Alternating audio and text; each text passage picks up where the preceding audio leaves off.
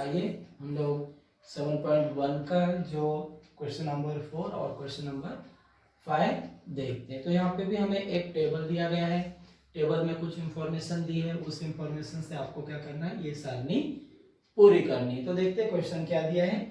यन यम के प्रत्यक्ष विचरण में हो तो दी गई सारणी पूर्ण कीजिए। मीन्स यन और यम ये क्या है, प्रत्यक्ष विचरण में है, मतलब यहाँ पे इनका जो अनुपात है वो स्थिर है। तो यहाँ पे अगर एक कीमत बढ़ी, अगर यम का मान बढ़ रहा होगा तो यन का मान भी क्या होगा, बढ़ेगा। अगर यहाँ पे कोई एक कीमत कम हुई तो दूसरी भी क्या होगी, कम हो जाएगी। तो यहाँ पे हल करना कैसे, यहाँ पे ओरली भी आप हल कर सकते हो कि यहाँ पे अगर 3 और 12 दिया तो इसका अनुपात क्या होगा।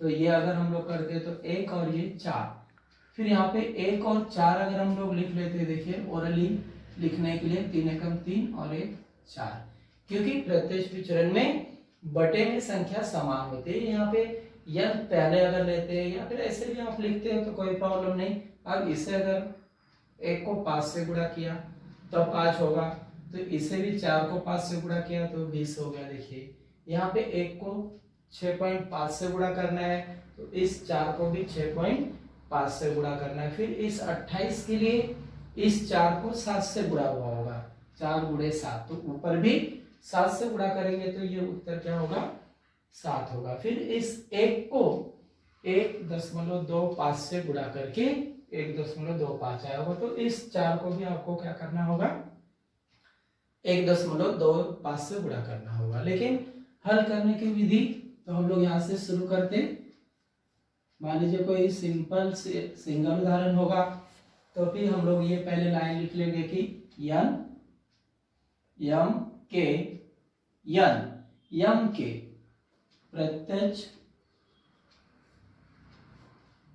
में है या इनके बीच में प्रत्यक्ष विचरण है। तो ये तो वाक्य हो गया। अब इसको क्या करना है, हमें गणितीय रूपांतरण करना है। तो यन और ये जो समानुपात का चिन्ह है और ये प्रत्यक्ष है इसलिए यहाँ पे यम। अब इसी को हम लोग क्या करेंगे, यन बराबर के यम, ये हमें इंपॉर्टेंट होगा कि ये चिन्ह हटाए उसकी जगह पे बराबर का चिन्ह देना है और फिर एक स्थिर पद लेना है के, और वो के यहाँ पे आ जाएगा। तो आप यहाँ पे लिख सकते हो कि के यह क्या है, स्थिरांक है। इस तरह से लिखने के बाद अब दोनों मान जो दिए हैं, कोई भी 5 और 20 भी आप ले सकते हो, 3 और 12 भी ले सकते हो, और यहाँ पे दोनों के मान रख के हम लोग क्या करेंगे, के का मान ज्ञात कर लेंगे। तो इस के लिए ये यन ऊपर और ये गुणा का इधर आके भाग हो गया, तो के बराबर यन का मान 12 और इस यम का मान 3, तो 3 एकम 3 चौक 12, तो के बराबर 4। अब ये के का मान मिलने के बाद हम लोग विचरण का समीकरण लिखेंगे कि विचरण का समीकरण बराबर क्या आ जाएगा, यहाँ पे विचरण का समीकरण ये यन बराबर के का मान आया 4 और ये यम। ये अगर आपको मिल जाता है, एक बार आप समीकरण बना लेते हो तो आपको कोई भी मान यहाँ पे ज्ञात करने के लिए कोई प्रॉब्लम, कोई कठिनाई नहीं होगी। जैसे अब मैंने यहाँ पे इसका मान ज्ञात कर लिया, अब मैं यहाँ पे इस उदाहरण के लिए देखूंगा क्योंकि यहाँ पे रिक्त स्थान है, तो इसमें हमें यम का मान दिया है, तो इस पहले के लिए यम का मान कितना है, 6.5 यम ज्ञात करना है।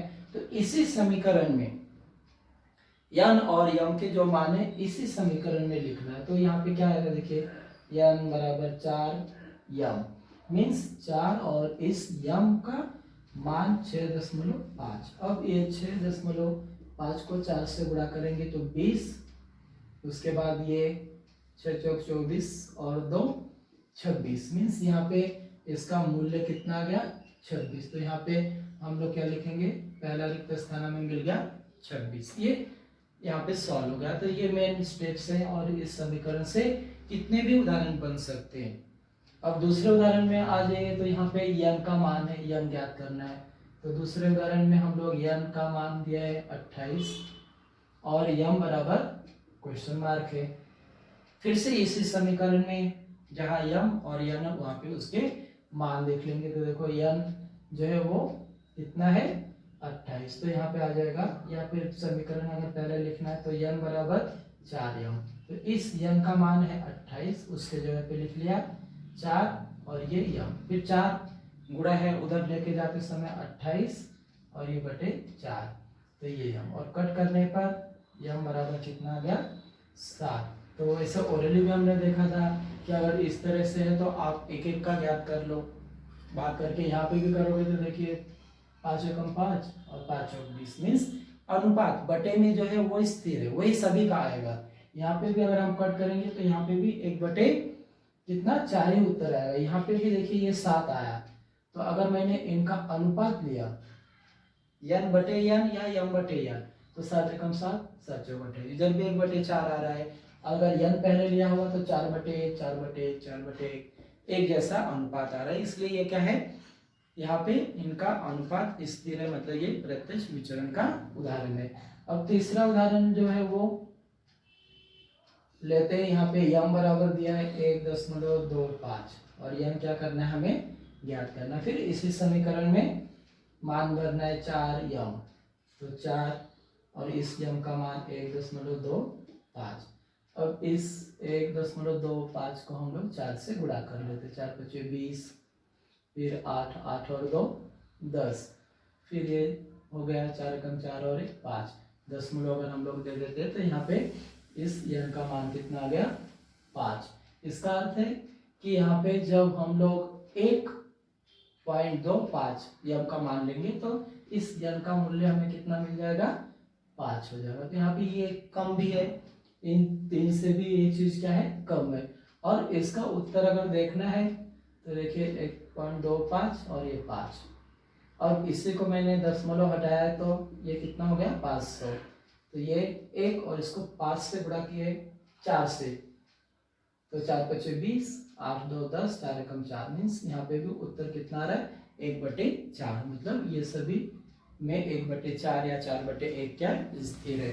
तो वैसे यहाँ पे एक पांचवा उदाहरण है कि y जो है वो x से वर्गमूल के प्रत्यक्ष विचरण में बदलता है। अब यहाँ पे वाक्य पढ़ना जरूरी है कि y जो y है, पहले y लिखना है, x से वर्गमूल के प्रत्यक्ष विचरण में है या बदलता है। तो ये हो गया वाक्य। इसको क्या करना है आपको गणितीय रूपांतरण करना है, तो ये हो जाएगा y और ये प्रत्यक्ष और x के वर्गमूल, वर्गमूल मीन्स इस तरह से हमें लिखना है x का वर्गमूल।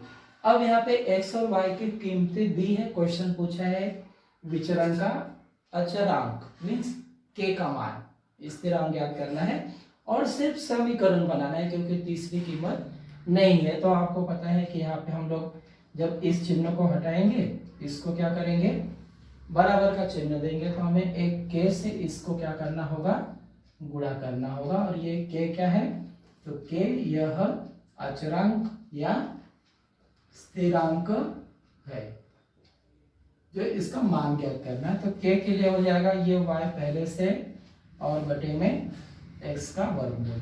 अब इनकी कीमतें दे देते हम लोग, तो y बराबर कितना है 24 है और वर्गमूल में कितना आ गया ये 16।